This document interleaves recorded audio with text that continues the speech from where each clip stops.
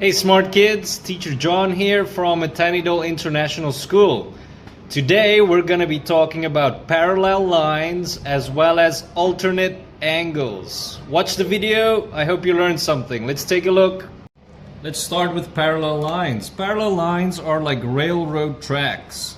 They will never cross and they're always the same distance apart.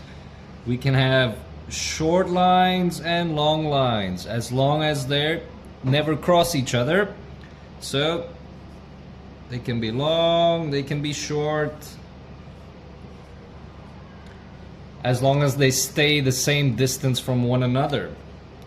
So that's what we call parallel lines. Okay, here we have two lines that are parallel with one another. We have line AB is parallel with line CD. Now let's put a line right through there. That's what we call a transversal line. So we can label that EF. So line EF is running through two parallel lines. So today we're going to be learning about alternate angles. Let's see how we can identify an alternate angle. An alternate angle has the shape of an N or the shape of a Z. It can move in any direction as long as it looks something like that. Now these lines will be the parallel lines. Just like that. So for alternate angles, always look for a shape similar to this. Okay? Right, for our first exercise we have two parallel lines and a transversal line. Now if you look at this corner over here, we can see that it's 65 degrees.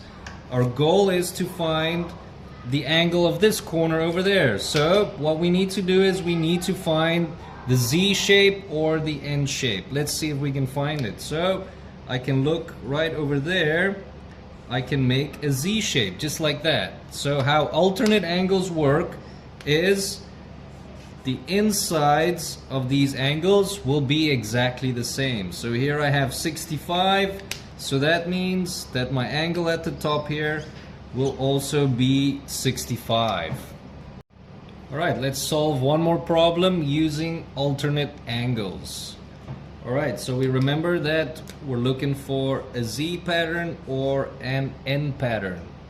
So on this side, line AB is parallel with CD, and we have EF, the transversal line, running through these parallel lines. So we have one number already, one angle already, so we need to find the angle at the top here. Okay, so what we need to do is we need to draw, in this case it's an N pattern, right? So the interior angles will be exactly the same. This one is 120. That means that this angle will also be 120. So today we learned that in order to find an angle, we can use the alternate angle method. Alright, so I hope you learned something today. Practice a little bit by yourself, and I see you next time. Bye bye smart kids. Stay curious.